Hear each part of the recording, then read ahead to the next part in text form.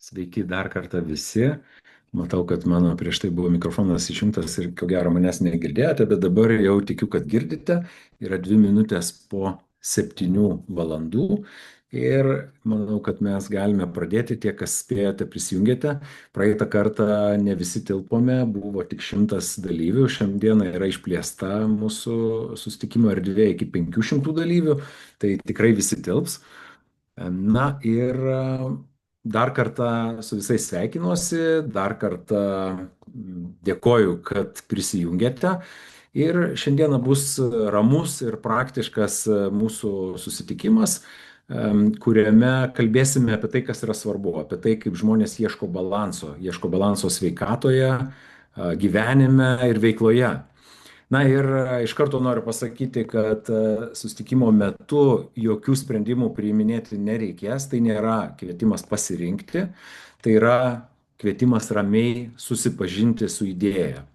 Taigi dėl to kviečiu jūs atsipalaiduoti, įsipatoginti ir kągi pradėkime. Daugelis žmonių šiandienai ir visais laikais norėjo, kad jų gyvenimas atrodytų arba jaustųsi kaip šitoj skaidriai.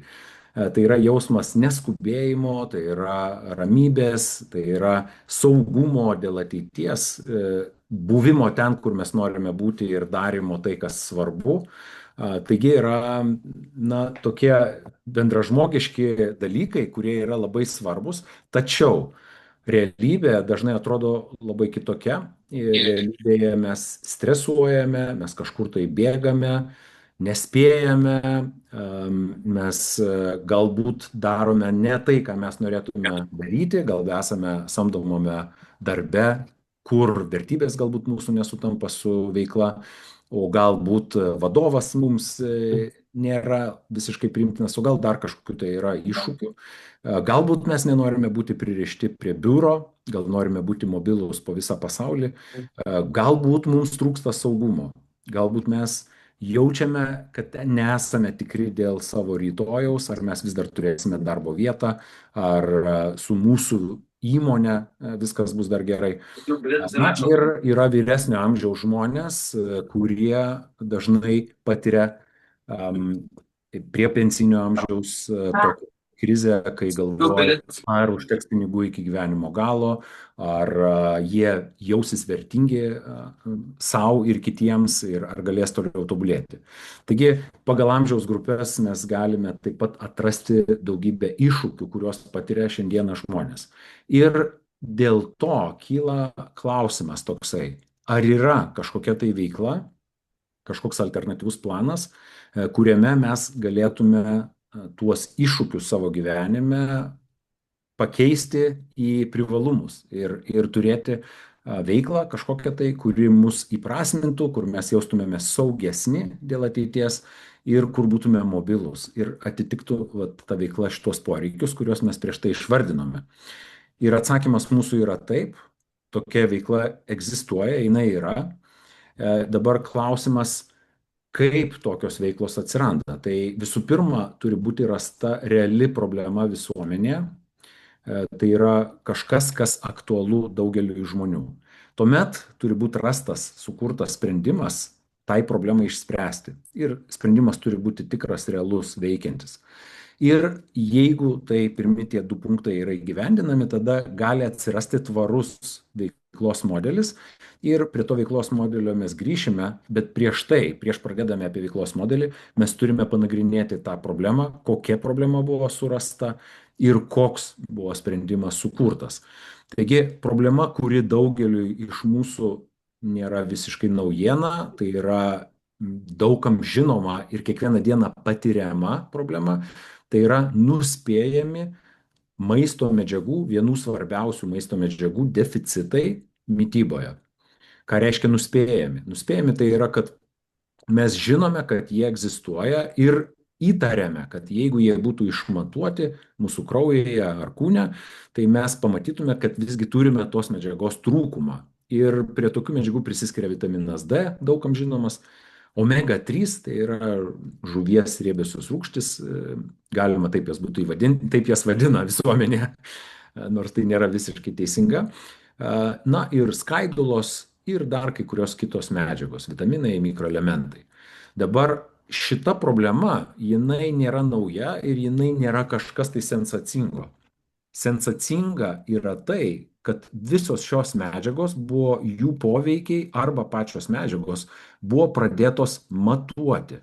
Kaip kad, pavyzdžiui, galbūt kai kas iš jūsų dar negirdėjote, kad omega 3 galima išsimatuoti, kiek jo yra kūne. Ir omega 3 paskiausiais šaltiniais naudoja nuo 500 milijonų iki 1 milijardo žmonių. Ir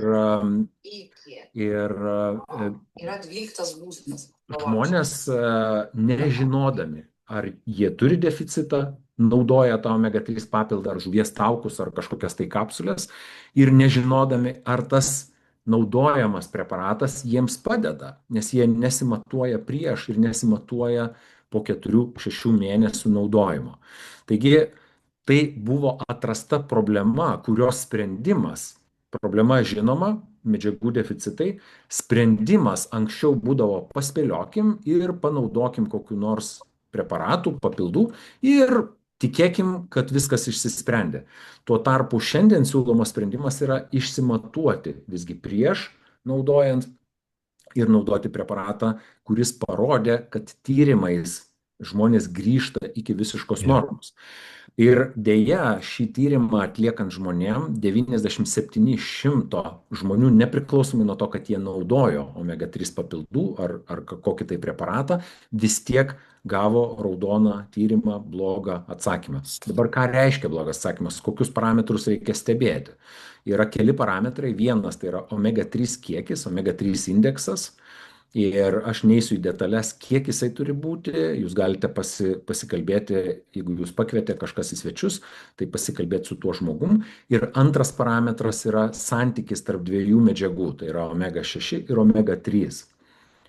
Ir vėlgi neįsiu į detalės, bet santykis turi neviršyti 3:1. 3 kartus daugiau omega 6 arachidoninės rūgšties gali būti už EPR, tai eikozapentaenoidinė rūgštė. Vėlgi, kaip minėjau, detalės vėliau, 3:1 balansas yra geras. Viršijus tai yra pavojaus zona. Dabar klausimas, ar jūs norėtumėte spėlioti apie tai, ar norėtume sužinoti savo rezultatus. Pasiekmes yra irgi nuspėjamos. Jeigu jūs gyvensite omega 3 deficite, jūs galite pasižiūrėti per ChatGPT, per Google, paieškoti, kokios pasiekmes yra omega 3 deficito trumpalaikės ir ilgalaikės. Ir tų pasiekmių yra daugybė. Ir nuovargis, ir bloga dėmesio koncentracija, ir daugybė kitų pasiekmių laikinų, tai yra momentinių, dabartinių iš karto. Ir yra ilgalaikės labai blogos pasiekmes sveikatai. Taigi mes rekomenduojame ne spėlioti, o sužinoti savo rezultatus. Ir aš pats irgi atlikau tą tyrimą.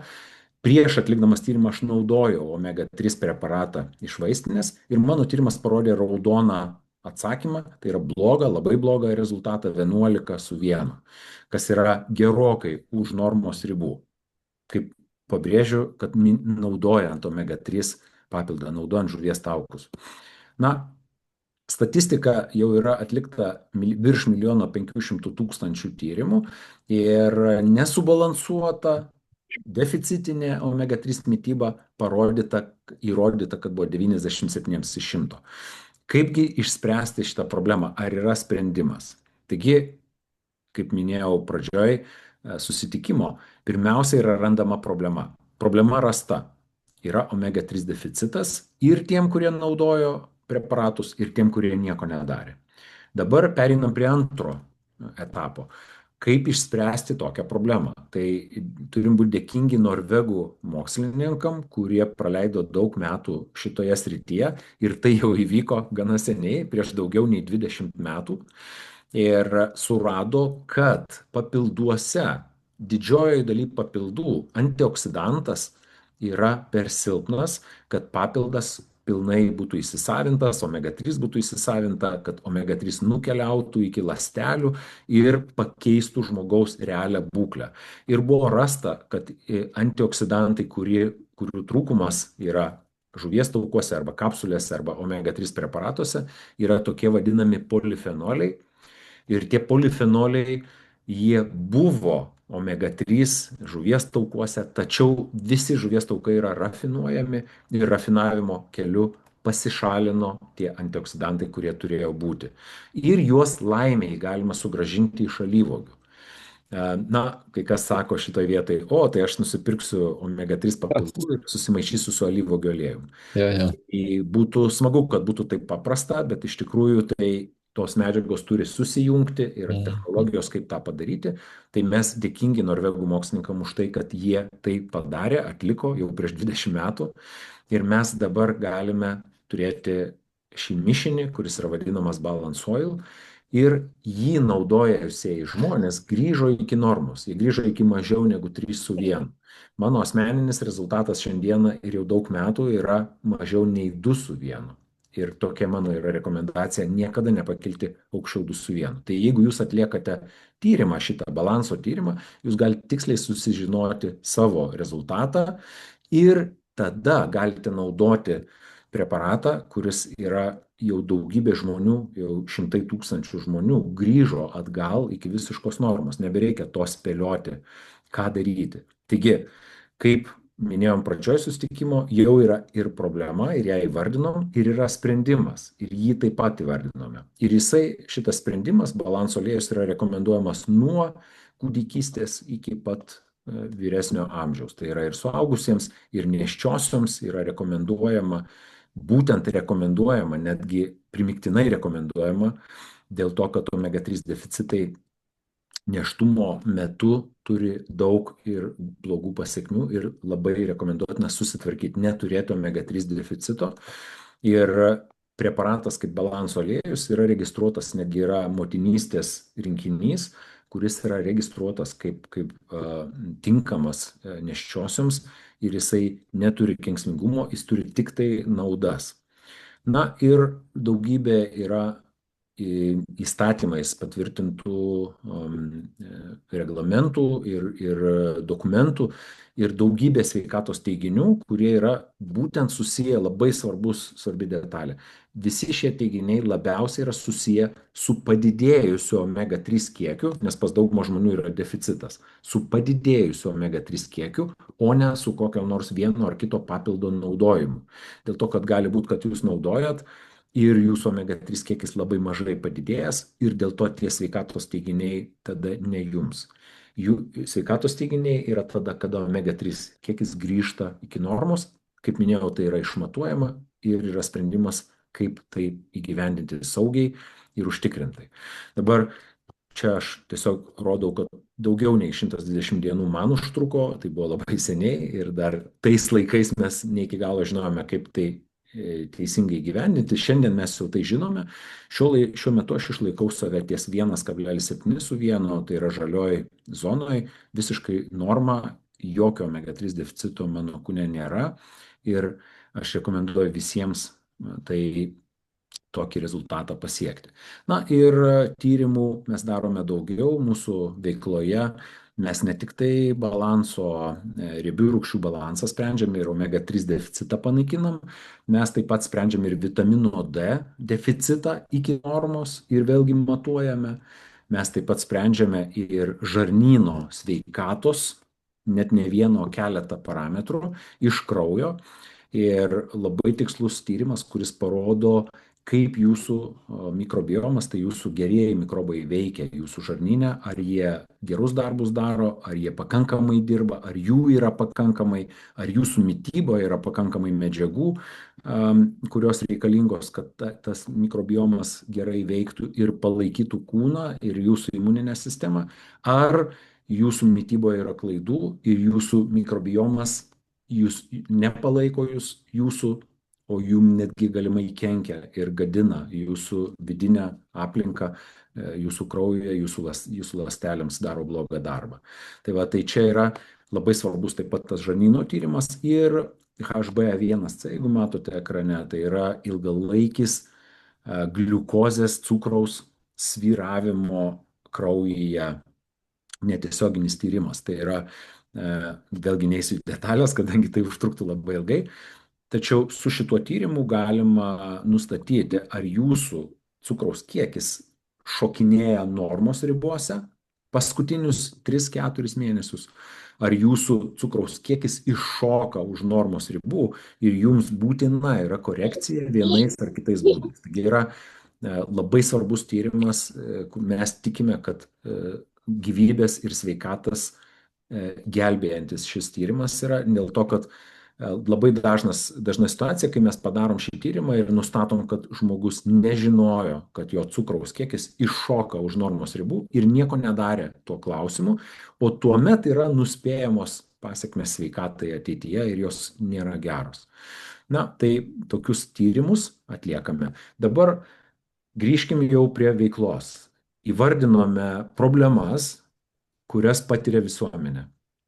Tai yra mitybos medžiagų deficitai ir netgi kai kurių iš medžiagų pertekliai yra kaip, pavyzdžiui, cukraus ir cukraus kiekio svyravimai. Visa tai yra išmatuojama ir yra sprendžiama korekcijos sprendimais, kurie yra pasiteisinę, pasitvirtinę ir atveda žmonės iki visiškos normos. Dabar kaip veikla vyksta? Kas tai yra per įmonę, organizaciją. Taigi įmonė yra pasaulinė sveikatos ir sveikatingumo įmonė, jinai kilusi yra Skandinavijoje, Švedijoje yra pagrindinis biuras ir rinkoje jau jinai yra virš 20 metų. Ir kas yra labai svarbu, kad kai pradedate bendradarbiauti su šia įmonė, jūs tampate kaip darbuotojai, kaip partneriai įmonės, jūsų pajamos yra pripažįstamos visų bankų Lietuvoje ir mokesčių inspekcijų, tiek Lietuvoje, tiek ir kitose šalyse. Taigi tai yra visiškai oficialus darbo, kaip darbo pajamos, veiklos pajamos. Ir kas dar yra paminėtina, kad jūs galite parodę šitas pajamas banke, pasiimti ir kreditus, ir būsto, ir automobilio, ir kokie jums yra reikalingi kreditai. Na ir čia daugybė kitų dalykų aš galėčiau apie įmonę paminėti, daugybė ofisų pasaulyje yra virš 100 šalių, į kurias įmonė transportuoja šitos minėtus mano kraujo tyrimus ir sprendimus, kaip grįžti žmonėms iki normos. Ir nuolatinių vartotojų, kurie kiekvieną mėnesį pasipildo savo šaldytuvus ir savo spinteles tais sprendimais, tai yra balanso aliejumi, skaidulomis ir vitaminais, mikroelementais, yra virš 700 000 šiandien dienai ir labai greitai vyksta plėtra, tai yra daugėja žmonių norinčių turėti šitos sprendimus kiekvieną mėnesį. Tai apimtis kyla. Pernai metais, čia aš matau, kad dar nėra pažymėti 25 metai, bet nuo 24 metų iki 25 metų 51% padidėjo apimtis. Tai reiškia 1,5 karto išaugo įmonė dėl to, kad yra labai didelis norinčių skaičius gauti šitos tyrimus, pasidaryti juos ir susitvarkyti. Tai yra gauti sprendimus ir vėl išsitestuoti. Na ir dabar, kaipgi veikia veiklos, verslo modelis.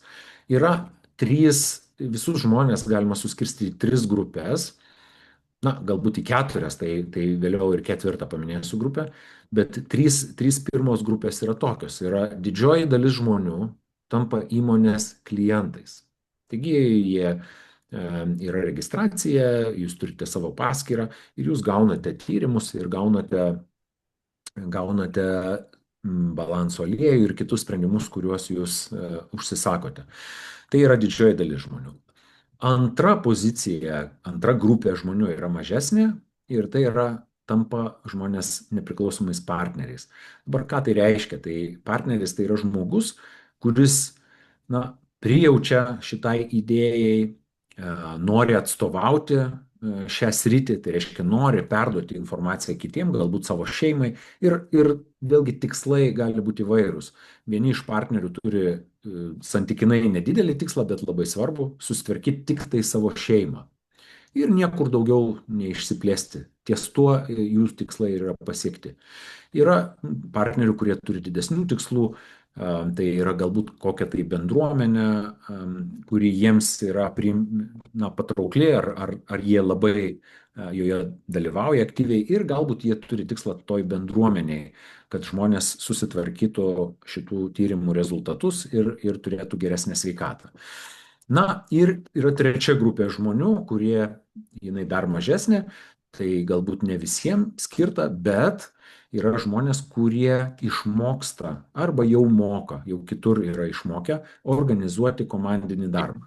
Tai yra organizuoti komandas galbūt net ne viename mieste, galbūt net ne vienoje šalyje ir tokiu atveju sukuria vertę dideliam skaičių žmonių ir tokiu atveju ir pajamos tampa verslo pajamomis.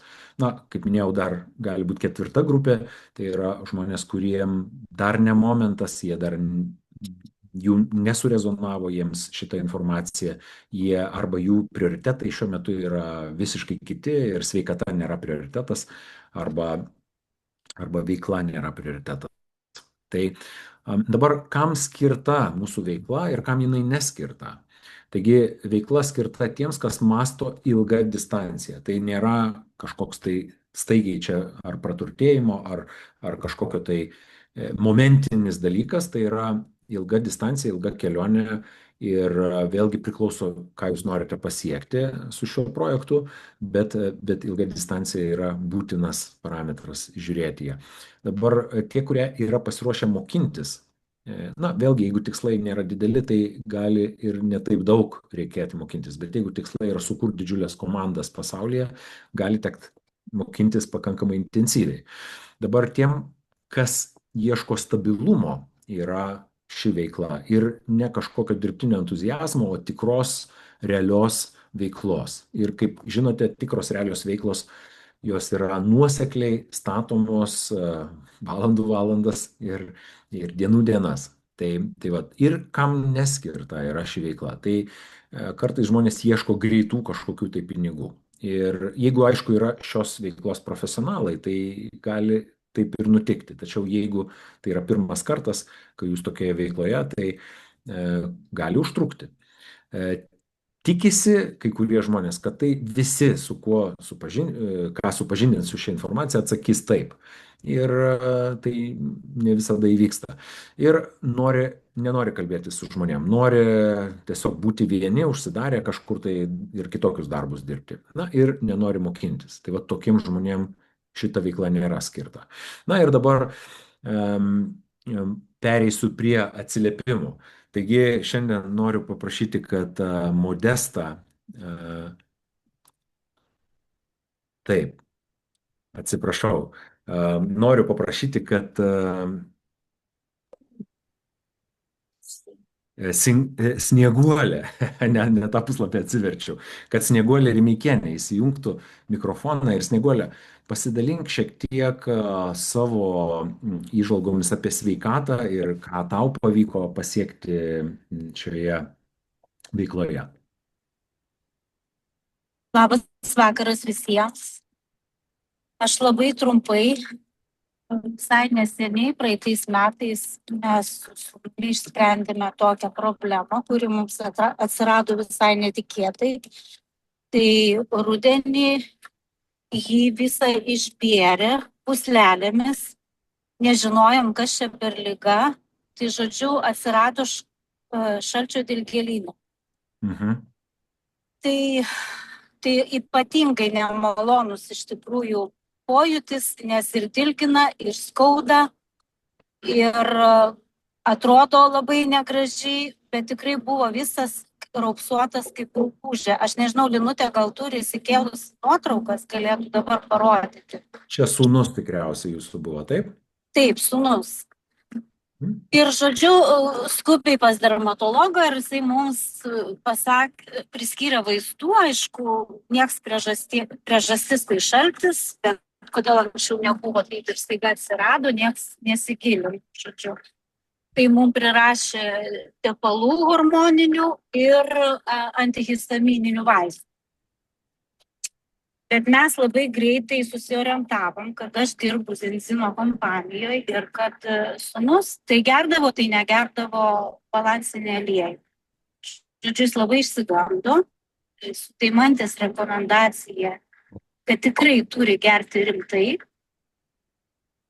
Ir per 2 savaitės, gerdamas premium kapsulės balansinio aliejaus ir spiruliną, veidas liko visiškai švarus, žinokit. Nors gydytoja sakė, jūs neturėkit vilčių, mėnesį laiko tikrai turėsit negražų veidą, o sūnus dar ir dainuojantis tuo metu turėjo dalyvauti konkurse ir mes buvom labai, kaip sakyti, sunerime, ar tikrai mes išsigydysim taip greitai. Tai žinokit, mums pavyko viskas labai gerai ir toliau sūnus vartoja kiekvieną dieną balansinį alieją. Snieguolė, ačiū labai už pasidalinimą. Eisim prie kito pasidalinimo. Aš tik tai noriu paminėti visiems, kad mes negydome lygų, tai yra mes padedame kūnui atsistatyti iki normos ribos, jeigu tas deficitai medžiagų lėmė kažkokią tai pasiekmę sveikatai, tai ta pasiekmė gali pasitraukti. Tai mes negydome, mes tiesiog tvarkome medžiagų deficitus ir tai labai dažnai tokie efektai vyksta, kad žmogaus kūnas žymiai geriau tvarkosi. Tai dabar paprašysiu Karoliną Baliūnaitę įsijungti mikrofoną. Žinau, kad tu turi tik tai 2 minutės, tai pasidalink, tu esi nauja, neseniai, tik tai 2 mėnesiai čianai. Aš apie Karoliną pasakysiu vieną dalyką. Jinai yra medikė, 25 metais įvertinta kaip top 5 visoje Lietuvoje, Karolina. Taip. Labas vakaras. Sveikiname tave su šituo ir Karolina dabar jau yra tapusi partnerė. Karolina, pasidalink šiek tiek, kaip tau visas projektas atrodo ir kaip tau sekasi. Tai gal trumpai tada prieš istoriją papasakosiu, kadangi esu bendrosios praktikos slaugytoja, šiai dienai turiu savo kabinetą ir iki tol nežinojau nieko, kas yra zinzino ir kadangi dirbu ne tik su slauga, bet ir su grožio sritim, susipažinau vieną iš partnerių ir pradėjau pati vartoti ir tada jos buvo pasiūlymas pradėti pačiai užsiimti, nes kolagenas, Viva Plus, balansinis aliejus labai tinka mano srityje, gražina moteris ir vyrus ne tik iš išorės, bet ir iš vidaus. Tai mano buvo toks tikslas, dėl to ir sugalvojau, kad norint tobulėti, norint plėsti savo žinias, man ši veikla bus glaudžiai susijusi su mano dabartinė veikla. Ir taip pat ir prisijungiau prie jūsų komandos. Gerai, ir kaip tau sekasi šiandien, ar tu patenkinta savo sprendimu, ar teisingai priėmei sprendimą? Taip, manau, kad teisingai. Šiai dienai galbūt, kadangi dar tik 2 mėnesiai, neturiu ir daug partnerių, ir daug prenumeratų, bet dirbant tikslingai, skiriant valandą laiko per dieną, manau, galima nemažai pasiekti. Ir šiaip iš tikrųjų, kadangi pati ant savęs viską esu išbandžius ir dėl to tiek daug energijos ir tiek daug nuotaikos geros turiu, tai visi klausia, ką tu vartoji ir dėl ko tu tokia laiminga, tai labai gera reklama. Gerai, ačiū labai, Karolina Bėka, žinau, kad tu turi susitikimą dabar, tai iki kito karto.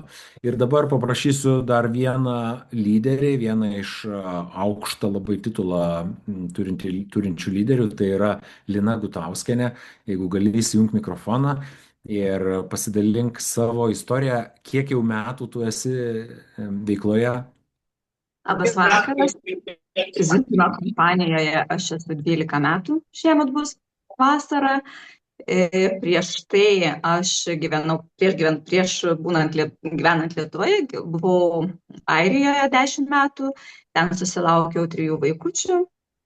Ir kai mažyliai mano buvo metukai, mes nusprendėme, kad visa šeima grįšime į Lietuvą ir toliau gyvensime čia ir toliau mėginsime įsitvirtinti. Mano planai buvo kažkur, kai mergytei bus mažai apie 3 metukai, aš planavau, kad pradėsiu darbus. Prieš tai Lietuvoje aš buvau buhalterė, tai galvojau, tikrai nebus labai didelių problemų susirasti darbą. Bet pasirodo, realybė buvo kitokia, nes tie 3 mažamečiai vaikučiai darbdaviams nebuvo įdomi mano pačios istorija. Tai tuo metu Taip gavosi, kad man paskambino Gintautas ir jisai pasiūlė verslo galimybę.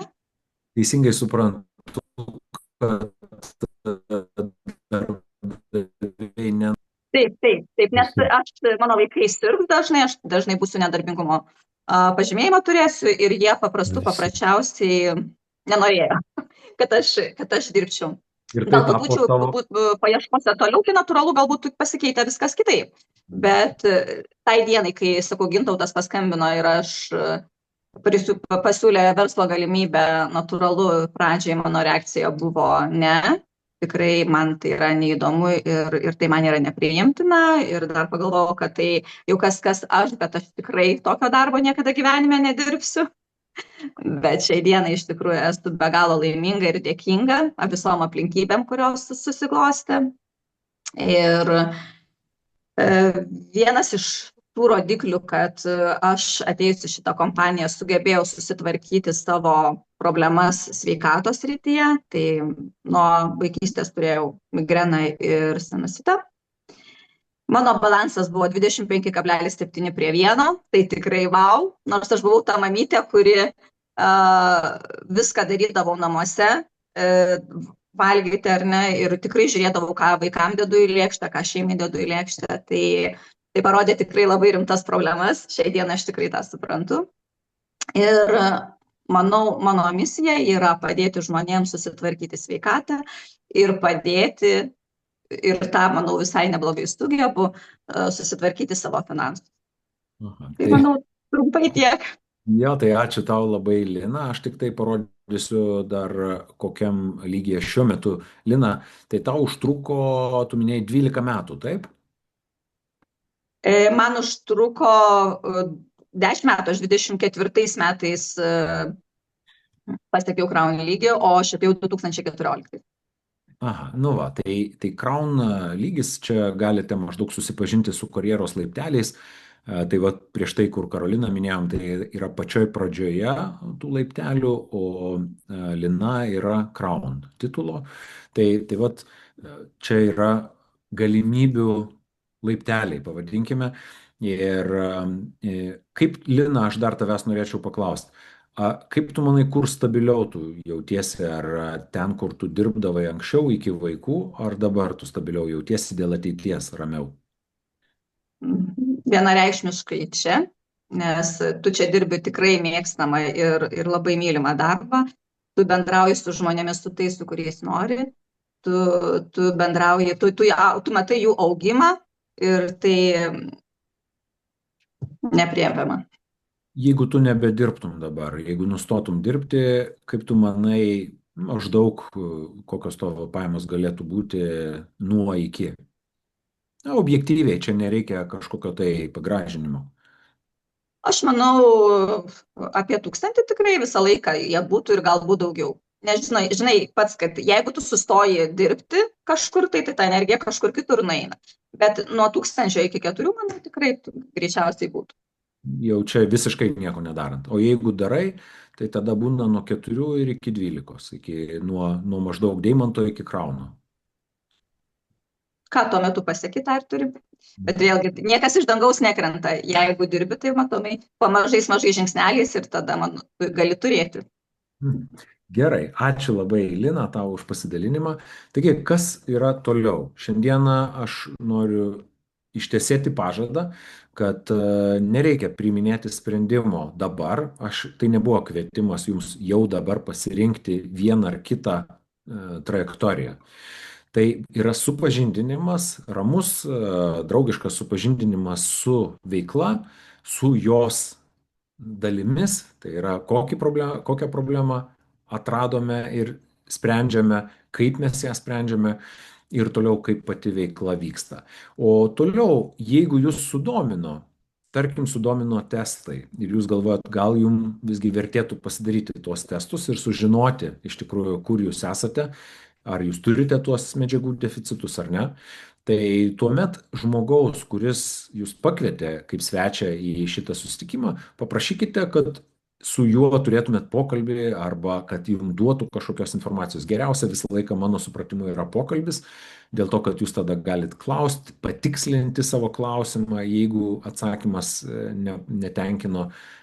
Na, ir toliau, jeigu jums patiko veikla arba sudomino, arba klausimai iškilo, tai tiesiog ir pasakykit, kad norit toliau pasigilinti į veiklos detalės. Ir paskui, kai jau sukaupsite pakankamą kiekį informacijos, tada jūs ir priminėsit sprendimą, ką daryti, kokiu keliu eiti. Na, kartais būna, kad tiesiog turite klausimų ir net nežinote, dar visai tiesiog kilo klausimų, noriu padiskutuoti. Na, ir būna atveju, kai arba ne dabar, arba visai ne, dabar man nerezonuoja ir aš šiuo metu nenoriu, palik mane ramybėj kuriam laikui, tai vat, arba visai palik mane tiesiog ramybėj. Tai ir tai yra visiškai normalu, supraskime visi, kad na, ne visi privalo vienoje ar kitoje veikloje dalyvauti, tai yra informacija ir supažindinimas. Ir šiandieną aš dėkoju Jums už skirtą laiką, už skirtą dėmesį, tiems, kas išbuvote iki pat pabaigos. Matau, kad beveik niekas neatsijungė, yra 53 vis dar prisijungia ir daugėjo tas skaičius iki pat galo. Tai ačiū Jums labai, kad buvote čia ir linkime visiems gero vakaro. Iki. Iki. Iki, ačiū. Ačiū.